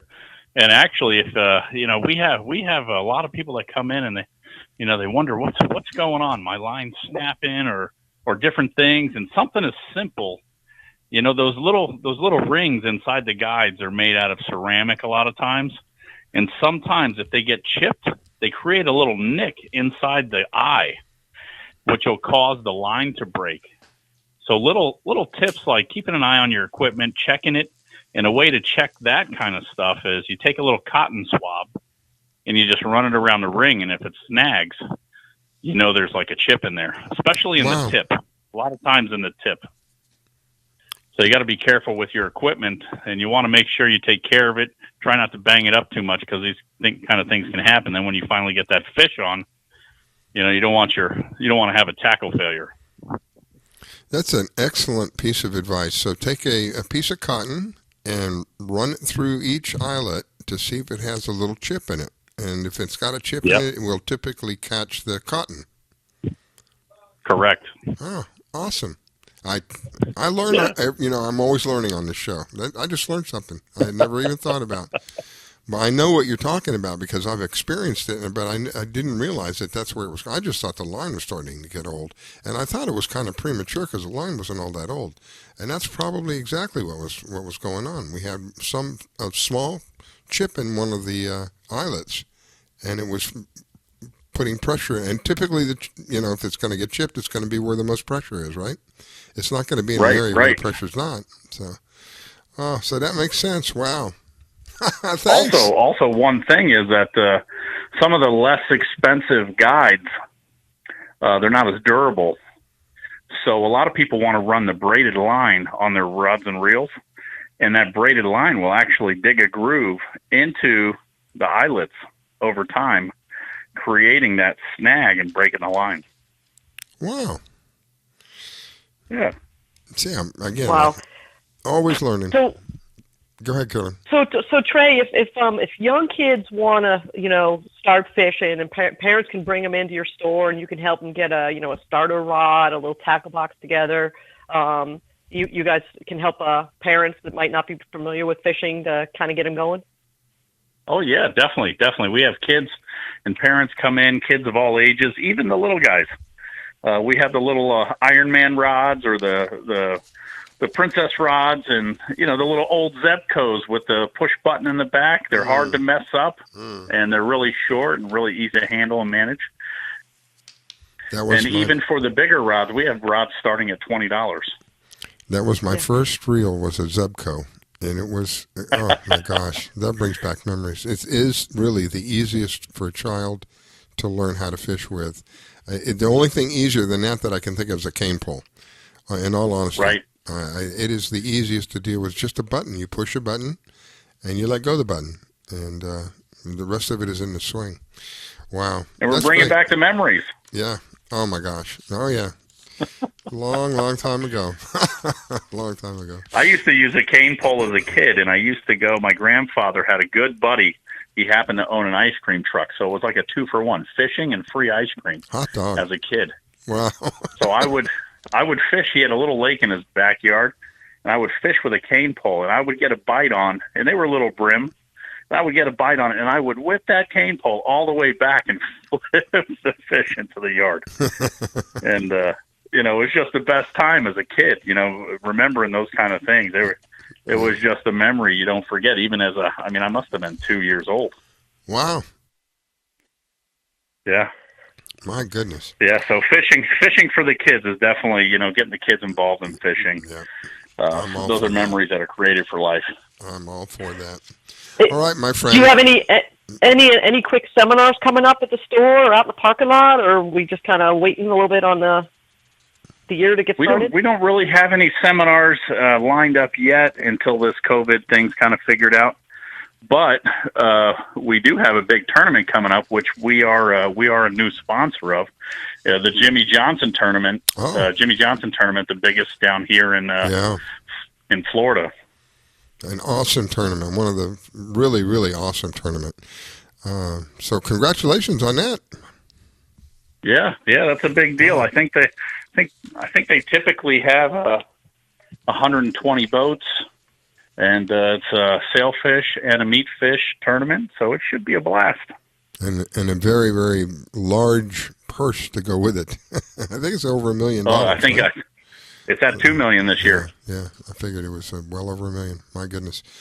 All right, my friend. Yeah. Trae, thank you so very much for taking time to call in. A Happy New Year to you. God bless you. Wish you an awesome day. Let me give Carolyn an opportunity to say goodbye to you. Absolutely, Trae. My best to you and Nicole, and can't wait to see you around the neighborhood and back out on the water. Yeah, awesome. Thanks for having me, guys. Happy New Year. Happy New Year. Tight lines, Trae. God bless. Have a great one. All right. Talk to you later. All right, my friends, that is Trae West. He's with Big Dog Tackle. You can look him up online, and kind of an A to Z type of place. You know, I didn't know that there were places that did what he. I don't know if there is any other place that does some of the things that he does. I like the idea of being able to take your reel to him and have. One of the things I've always had an issue with is trying to get the right tension on the line when you put it on the reel. And I typically, if I'm in a hurry, I mess it up. And you get out there and you're casting, and all of a sudden you look down and there's a big wad of line you don't want to see. So it's nice to be able to know that you someone else can do that for you and get it done right for you. That's really great. So let me welcome our next guest. Our next guest is Mike Simko. Mike is with kitefishing.com. Mike is kind of almost a regular on our show. He talks about kite fishing, and I got to tell you, embarrassingly for me, when I first heard about kite fishing, I thought it was silly. And then when I learned from Mike, who is an excellent teacher, when I learned from Mike what kite fishing was about, I said, how stupid of me to think of it in that way. It is an awesome way to increase your odds while you're out there fishing exponentially. So let me welcome him on. Happy New Year to you, my friend. God bless you, and welcome to 2021, Mike. Hey, thanks, Rascala. Happy New Year. Happy New Year, Carolyn. How are you? Good, Michael. Happy New Year. And Robert the Fly said to say hello. He was on earlier. Oh, fantastic. Yeah, great guy, Robert. And that was a nice segment you had right before me. That brought back some good memories of my own. About the Zebcos you're talking about? Oh man, I think back in my day and age that was the starter kit for every single person that wanted to get into fishing. It was really amazing. It was, I have my grandson. My daughter was asking me, what should I get him? What kind of rod and reel should I get him? And immediately, without hesitation, I said, Zebco. Get him a Zebco. It's the easiest thing to deal with. It is fun for them. It literally is fun for them to cast because it is so simple to use. And I've seen kids as young as 2 and 3 years old using these things. They have them for kids 2 and 3 years old. They have these little miniature, I don't know if you've seen them, an all-in-one rod, reel, all-in-one kind of deal, and a real light line on it. But hey, it gives them, their eyes light up like golf balls when they catch a fish. It's amazing, the joy that you can bring. So I know that we've had a pretty crummy last week. Did you go out there? I know you're one of them that goes out there sometimes if you make your mind up. Yeah, I was out last week. Doesn't surprise me. Well, I had a friend who had some company come down on a Jupiter, and they wanted to catch sailfish, which is typical this time of year. So we battled the Jupiter Inlet. He has a very nice express boat, so we battled the waves in the inlet on a big northeast, and surprisingly it looked fishy out there, but we only got one sailfish that day, which was surprising, but it was still a great day. We fought a 14-foot hammerhead for about 2 hours. That was a real epic kind of sight to see, and a couple little other bycatch fish. And did you say you saw some hammerheads? No, we actually hooked this 14-foot, 1,000-pound hammerhead. Holy smokes! On our kite bait. Oh my God! The way that the hammerhead's mouth is set up, and the way their teeth are spread out, they're actually not too hard to hook on monofilament leader and light monofilament leader and circle hook. Wow! So we fought that fish for 2 hours and got a good look at him. It was pretty nice. Wow, that's amazing. The last time when I was married at the time, the last time that my wife went out with me on the boat, we saw a fish, and we were I had a small boat. This was a 24-foot wellcraft. We pulled up next to a hammerhead that was at least 3/4 the length of our boat, and she never wanted to go out again. Oh, yeah, they're awesome, though. I think they're a beautiful sight. It was a gorgeous fish, and he was not even intimidated by the boat. And we were so close to him, you could almost reach out and touch him. He was swimming along, and we saw these 2 dorsal fins way off in the distance, and she was saying, "That's a shark." And I said, "No, it's not a shark. It's porpoises. We don't have sharks in this area. Not that big. My gosh, look at the distance between the two of them." She goes, we got into almost an argument. So I pulled up the bait, and we flew over there real quick. And we came up on this thing, and she was right. It was a shark. I was astonished. And he just looked up at us for a moment and just kept on swimming like, "Okay, how you guys doing?" He was huge. So Mike, my question is, how deep was the water, and how far offshore were you when you got that hammerhead? We fished that day. We were fishing right off the Juneau Pier. The current was very light, so that's also kind of a negative when it comes to sail fishing. But there's a little tiny drip of current, so we actually were sliding north, at about half a knot. But anyways, we were in 162 feet of water when that fish hit. That was the depth everything was in. The bonito we caught, the king, the sailfish, mystery bite, and that hammerhead. And we had covered every depth too, Carolyn. So it wasn't a matter of where.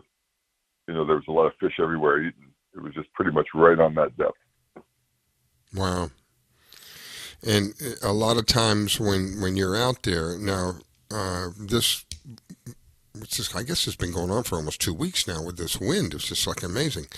Were you able to fly a kite during all of that? Yeah, and here's the funny part. I mean, now we'll get into a little technicality about, what kites to use. That was really a heavy wind day. So most guys that are flying kites would put the multi-hole kites, a 40-hole kite. If it's a Bob Lewis kite, it would be a Cat 5, which is a 4-hole, sometimes a 5-hole kite. But we were flying a medium wind Bob Lewis kite. That's the red one for people that know the different colors of the Bob Lewis kites. And anyways, here's the thing. So I've talked to you guys in the past about adjusting the bridle and putting lead weight, split shots on the side of the kite that you want it to kick to. So what I do is I'll start on a real heavy wind day if that's the kite. And again, I was using my friend's kite. He has a kite keeper and about 5 kites in there. So we just picked out the kites out of his selection. Turns out to be that medium wind kite. What you do is you slide the bridle adjustment further away from the kite, which then tilts the bottom of the kite out, okay, away from the boat, let's say away from the wind. And the front edge, the leading high edge of the kite, kicks it in, closer to the wind side of the boat. So what happens is more of that heavy wind will shear off the kite. It'll shear right off the bottom of the kite. Oh, yeah. Then you put a bunch of weights on it, and you find out if it's too much weight, you pop one of those split shots off. So it's an adjustment. I send it out 50 feet. I look at it. Is it flying too low? Is it flying too high? Flying too low, push the bridle adjustment back in. And so anyways, long story short, all that wind will shear off the bottom of the kite. They fly great. And it's usually a little eye-opener for the people that see that. So that's a little trick if you don't have the super heavy wind kite. Just pull the bridle adjustment out and put a little extra weight in the corner, and you should be able to fly that thing perfectly. If I see this thing in my mind the way you're describing it, you're changing the angle of the kite. Am I right? Is that what you're doing? Yeah. Okay. These kites, so the typical fishing kite is a square, perfect square that sits perfectly square to the horizon. So in other words, it's the bottom edge of the kite is perpendicular to the horizon. When we want it to go right, we'll put weights in the upper right-hand corner, small little split shots. Mm-hmm. And these are only like 1/8 ounce split shots. pop an 5/8 ounce weights on there, and sometimes even a 16th, and you pull one off. Now you're down to 4 small split shots. And they basically start in the upper corner, and you spread them out with 1.5 inches, 2 inches between them until you get the last one right in the middle of the kite. So you start pulling them off. If it's kicking too far right, if you have them in the upper right corner, it's kicking too far to the right, pull the top one off. That's the one that's giving it the most torque. And that makes a big adjustment. Wow. If it's flying too low, pull the bridle adjustment further away from the kite, and that'll make the bottom edge angle even further out, shear more wind, so the wind then pushes the kite up. That's amazing. Now that kind of information comes from years and years and years of being out there and utilizing this tool to be able to increase your odds of getting whatever particular fish that you're after. And what I appreciate about you, Mike, is that you don't even hesitate about sharing information with others and helping others in that learning curve area where they're trying to figure out what's going on, helping them get through that a lot easier because you've been down the road God knows for how many years, and you've learned the tricks and very, very quickly share that information with others. I appreciate that about you. It's not just about money where, a lot of things that we do today, it's just strictly, well, I'll tell you, but you got to pay me kind of thing. You offer the information freely, and I appreciate that. Thank you. Oh, well, thanks for that. I can think of now a handful of guys that I've fished with over the last few years that I wish I had somebody that was, and I did, in various stages of my fishing life, but I've had a few guys that have fished with me now on a regular basis, and I watch them now on their own boats. They're long story short, if you have somebody that can show you this stuff, you don't have to spend 40 years like I did learning how to do it. Exactly. Exactly. That's exactly what I'm saying. And when you run into people that are willing to share that information freely, that's awesome.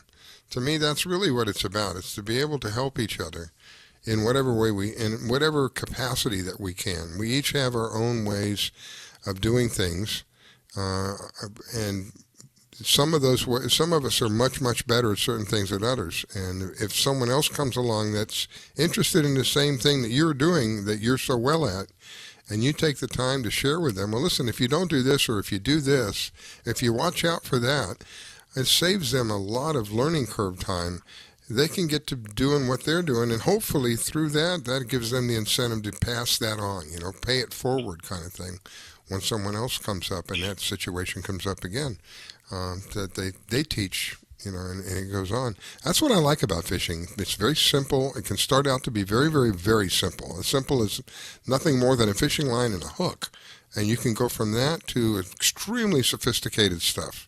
And there's everything in between. So it's like almost a buffet line, if you will. You're not stuck with one thing. You pick out what you like and go for it.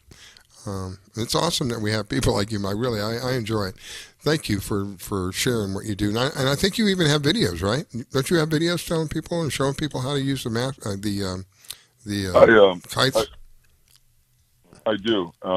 Two things. You made my point for me, actually, my next point, which was, that whole, giving back. I love doing that. I love seeing people learn. But those are the same folks that are fishing every day now and that will call me with information on where the fish might be.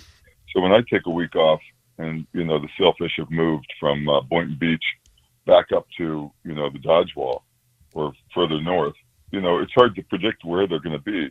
But if you have a network of fishermen, and in my case, guys that I've helped over the years, I get some pretty good reports, which really saves a lot of time and money when it goes out. It's time to go out there and catch them. So, and about the videos, that's a really great thing now about YouTube and websites and all that, is that, I made a whole library of instructional videos, tried to keep them short and sweet, less than a minute. So even like describing how to adjust that kite, which took me forever to explain to you guys this morning, I have a little 1-minute video that shows where that bridle adjustment is. And where the split shots are set to kick a kite right or left. And a couple other fine little details. There's actually spars on the back of these kites. The little fiberglass or composite little rods that are sitting behind the kite that give it its rigidity. It kind of gives it the structure. Well, when you pull a kite out of the box and you assemble it and send it out, you assemble it per the instructions, you send it out there, and it's flying a little erratically. Sometimes it's as simple as taking a spar from the upper right side and moving it to the lower left side, and vice versa. So now you've moved the spars, which might have just a slight little bit of flexion more on one side than the other, and that'll straighten the kite out. So it's another little tip: if your kite's not flying the way you think it should, or if it's on its own without any added weight or any added adjustment, it's kicking too far right, or it's doing a little too much wobbling. Sometimes just moving those spars around will make the difference. So, Mike, where can our listeners find those videos? Where can they find you on social media? Look for me on YouTube. Look for me. Just type in Mike Simko. Go to my website, which is kitefishing.com. I have a rotation of videos that will be played, like on a weekly basis. I move one video to the next video. And then Vimeo, we have a whole series of videos on Vimeo. And then one other question: are you going to fish the Silver Sailfish Derby? Oh yeah, that's one thing I wanted to talk to you guys about. So this is a fantastic week that I'm getting excited about. So we have a cold front kind of working its way past Orlando right now. By this evening, it'll be here in Jupiter, North Palm Beach, and then by tomorrow morning, it'll be cold and a nice northwest wind. So my guess is that it's going to turn these sailfish on pretty good. So tomorrow morning we'll be out catching bait. We'll fish, do a little pre-fishing, try to find out where the best of the bite is. And then I just, every trip, like tomorrow's trip, will lead to a checklist of things that need to be fine-tuned for the tournament. You guys were talking about changing line on reels. I've got 10 reels that need to get all new tournament line on. So I'll be respooling all those reels tomorrow. And we'll check my pumps. Live well pumps don't last forever, so I've got a couple replacements that I'm going to put in the boat this week. So yeah, it's tournament time. And the big day is Thursday, so I'm looking forward to that. Man, and it looks like you mentioned about the front coming through. I can see it on the radar. I figured it would be right around evening time that thing would show up here. So when it does, we'll typically have some wind, some rain. Everything will start to deteriorate with regard to being outdoors for a little while until it passes through, and then we'll have the nice cool air behind it. So if you're going to do it, you got to, like I said earlier, you got to do it quick, because by the time the sun goes down today, I think that front will be in our area. It's already passing through on the other side of the coast. It's coming in at an angle, and on the other side of the coast, it's already gone through the Tampa area. So anyway, Mike, thank you. Go ahead. No, I was just going to say, well, the good thing about the initial stages of these fronts is that they usually come from the north. They come from the northwest, so they're pushing to the southeast. And if you look at you look at some of those radar charts, you'll see the wind direction. And when it blows out of the northwest, we have this really great condition where the shoreline and of course the land, the peninsula of Florida, blocks the wind right next to the beach. So we can run. It's like a lake. You literally, as heavy as the wind is going to be, we can run up and down the beach and really pick our spots to where we then you turn back to the east and kind of just then slowly push offshore until you get to the depth you want to fish. But that run to the north and that run to the south when it's blowing out of the northwest is super easy. So I really look forward to that. So tomorrow I could run 35 knots all the way up to Loran Tower, let's say. Or if I want to go south, I can run at that same speed all the way down to Boynton Beach, the Martini Glass. So we have a lot of latitude when the wind blows out of the northwest. Wow. Well, wishing you good luck this week. I know it's a big tournament. I might pop up to the captain's party at Sailfish on Thursday. Awesome. Wednesday, I'm sorry. Awesome. Yeah. Is that at the Yeah, Hard cool. Rock? Is that where that's going on? No, this is out of Sailfish Marina. It's put on by the West Palm Beach Fishing Club, and Carolyn, this year it's going to be a little different because of COVID. They've basically eliminated the captain's meeting. Now individual teams will show up to the club on Monday and Tuesday just to pick up their buckets, grab a rule sheet, and then they've done the captain's meeting already on video. So that's a little link that we go to and just kind of listen to the rules individually on our computers. And it's another tough thing about this whole COVID. So they eliminated that great awards banquet, which happens on Saturday evening at the Sailfish Club in Palm Beach. So there's not going to be that either. So it's a little different, but it'll be a big turnout. And I'm sure a great tournament. Wow. Oh, yeah, absolutely. Well, good luck with that, and we're glad you called in, and, good luck. Thank you so much. Mike, Happy New Year, my friend. God bless you, and thank you. Appreciate you taking the time to call and share with us. I learned more again. I'm always learning with you. That's one of the things I enjoy about this show. Always learning. Thank you. Wish you an awesome day. All right. Well, listen, always good to be with you guys. So Happy New Year to you, too. God bless. Tightline. Okay, my friends, that is Mike Simko, Simko. You can find him online, kitefishing.com. Another one who just gives, he freely gives of the information that has taken him years to learn, and that's what I like about, one of the things I like about doing this show. We have people like that on who freely share. Let's see, let's get on to our next guest, because we're running really behind this morning. It's going so quickly. I hope this is not an indication what's coming up in the year. My gosh, it's just flying. So let me welcome our next guest, who is a regular. That is Angelia. Angelia is also known as the Florida Salty Cowgirl. Good morning, Angelia. Good morning, everybody. How are we doing this new year? Good. Happy New Year, Angelia. Oh, Happy New Year to everyone. I'm praying for a much better new year. Amen. Amen. Yes, and as far as down here in the Keys, the last week of 2020 was blowing like crazy. Yeah. We had 5-6+ foot seas down here on Oceanside, so there wasn't a whole lot of fishing boats making it out last week. Today the seas have finally laid down and everybody should be out and happy, but it was a very celebratory week down here. So very eventful. I could imagine being in the Keys at the end of the year. The whole week was nothing but parties, right? Well, I have to tell you, New Year's Eve, I was invited to a beautiful private party at a new restaurant that hasn't even opened yet. Oh, wow. And the amount of food and open bar was just absolutely ridiculous. And then on New Year's Day, there's an all-day party at a private house of one of the local captains. And you guys, he must have had thousands and thousands and thousands of dollars worth of seafood out, lobster tails, oysters on the half shell, stone crab claws, shrimp, you name it. It was out, plus an open bar, plus an amazing live band. So, yes, it's been a very fun weekend. Oh, my gosh. Wow. That's what we celebrate down here in the Keys. that sounds just like a regular day down there in the Keys. Oh, it was a really special weekend, so I can't complain. But in the fishing department, man, I tell you what, the sailfish are coming in thicker this year, guys, than I have ever seen it ever. Wow. They're running the reef in 15 foot of clear water up on sand chasing bait right now, and it is just the most exciting thing out there right now.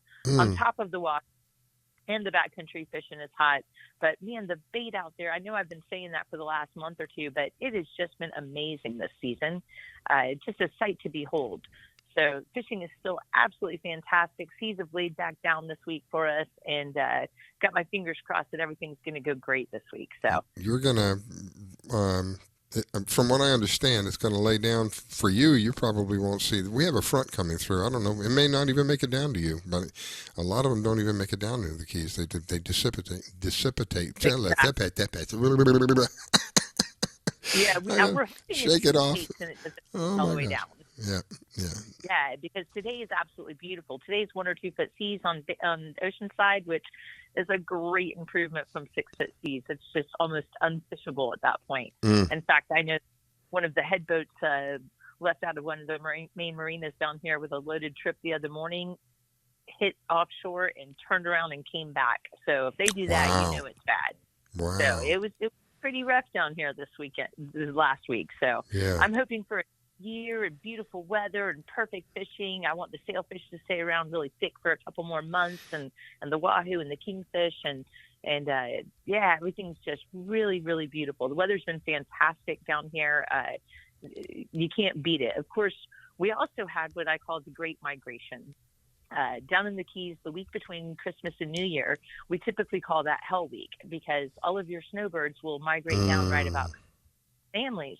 And then that week we're so busy, it's just insane. Not only do we have the snowbirds that have arrived for their 3-month stay, but they usually bring family with them that holiday week. But unfortunately for them, it did blow all week long, so that's kind of a bummer. But the traffic, guys, You can't get away from that traffic. That was the first thing I thought of when you said that. The first thing I thought of. I went down to Whale Harbor from Key Largo the other day, and it took a full hour to go about 20 miles.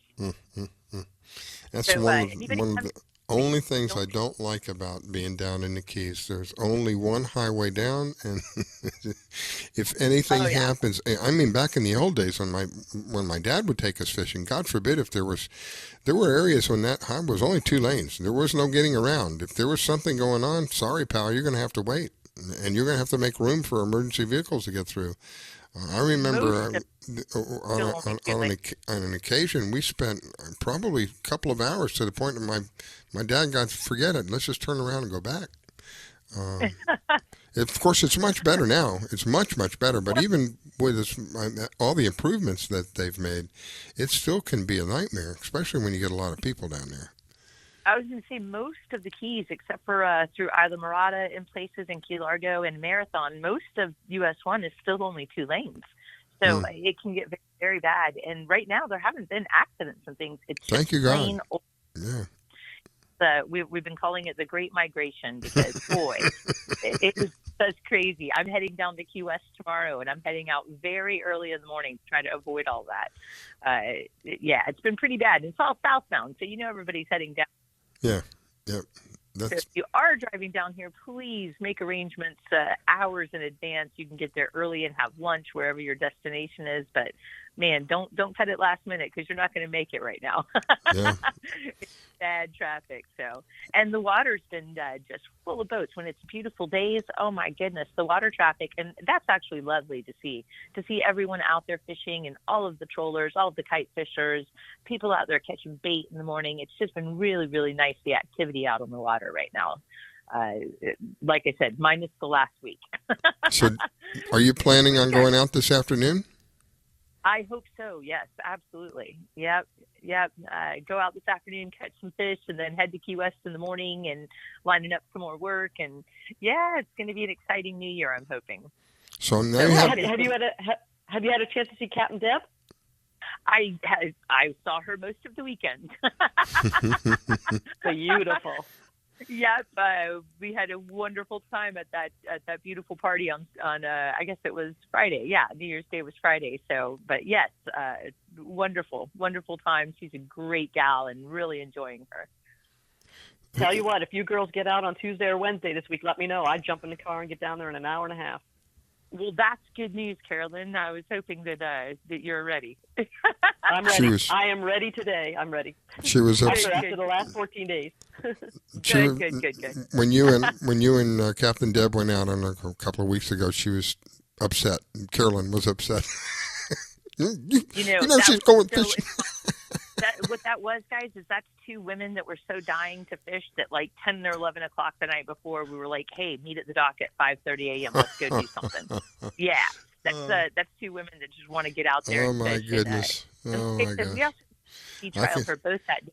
It's impossible for me to get out in a boat and not drag some lines behind it. So it kind of was an impromptu sorted effort that worked out really well. That's all right. I'm going to let you guys make it up to me. So I can't wait to be a tag along. But I so appreciate it. It's good to hear your voice. I missed you last week. on the show. And Carolyn, there's a bunch of women going to a wade fishing in Cedar Key in about a week or so. Are you heading to that? No, but give me details off the air and see if I can make it. Yeah, we definitely need to do that, and then we'll have a lot to talk about after that. That should be a very interesting weekend. Who's putting that on, Angelia? You know, nobody's really putting it on. I think it's just a bunch of us ladies getting together. But I do believe that Wanda Stewart will be coming down from Louisiana. Oh, cool. Terry Hoffmaster is going to be Oh, there. yeah, hot dog. I hope I said that right. And Deb and I are planning on going. So it should be a really interesting weekend of the sisterhood of, women anglers. And I'm really looking forward to it. That sounds awesome. Yeah, it's be really exciting. We're supposed to be wade fishing for trout in Cedar Key, which is a little different for me. Last time I was wade fishing, I was in the Kenai River in Alaska. So it'd be a little different for me. I have to ask you this. When you're fishing in the river in Alaska, you have to be wearing, what are you wearing? You wear hip waders. Yeah. But, I mean, that's the rubber thing, right? The rubber. Absolutely. They're very heavy rubber, and they come all the way up as high as you could go on your legs. And they snap onto like the waist of the belt of your pants or whatever you're wearing, so they stay up. And they're real heavy because the water up there is only about 48 degrees. That's what I'm saying. So how you keep from freezing. And then the current in the Kenai River is it runs about 8 knots all the time, which is pretty darn fast. Yeah. So you really stand with your back against the current or you will fall. And with the amount of people out there wade fishing and flossing for sockeye salmon at that time of year, if you fall, everyone applauds. So you don't want to fall. Wow. Plus, when you have 48-degree water and those heavy, thick rubber waders boots, it is not comfortable. So you don't want the water to get over the edge of those waders at all in Alaska. So I imagine down here this time of year, we could practically wade bare-legged, But I'll tell you all about it when I figure it out. Well, I'm waiting with bated breath. Haha. Exactly. And when is that going to be, Angelia? I'm sorry? When is that going to be? I do believe that's the weekend of January 9th, 10th, and 11th. Oh, that's right around the corner. Yeah, coming up very, very next quickly. week. So looking forward to that. Yeah, that should be a good one. All right, because I was going to say if it was later on, I could have Wanda on next week, but it'll already have happened. Yeah, and like I said, I don't think this is a big organized thing. I think this is a bunch of girlfriends getting together and doing something fun. So. Oh, cool. Well, it'll be exciting to hear about what happens. And the very cool thing is a lot of us have never met in person, which is really nice that we all finally get to spend some time together, some FaceTime, and really get to sit down and talk and get into the meat of what we do. And that just would be really, really cool, cross market and really help each other out. So it'd be a nice little start to the new year for us ladies. Well, I am excited to hear about that because we've had Terry on the show, we've had Wanda on the show, and of course you and Carolyn. So I've been probably a couple of the other ladies who show up down there. I was wondering if it was Betty Bowman that was putting it on because she does a lot of stuff like that for women. Like you said, this is just a bunch of girlfriends getting together having some fun.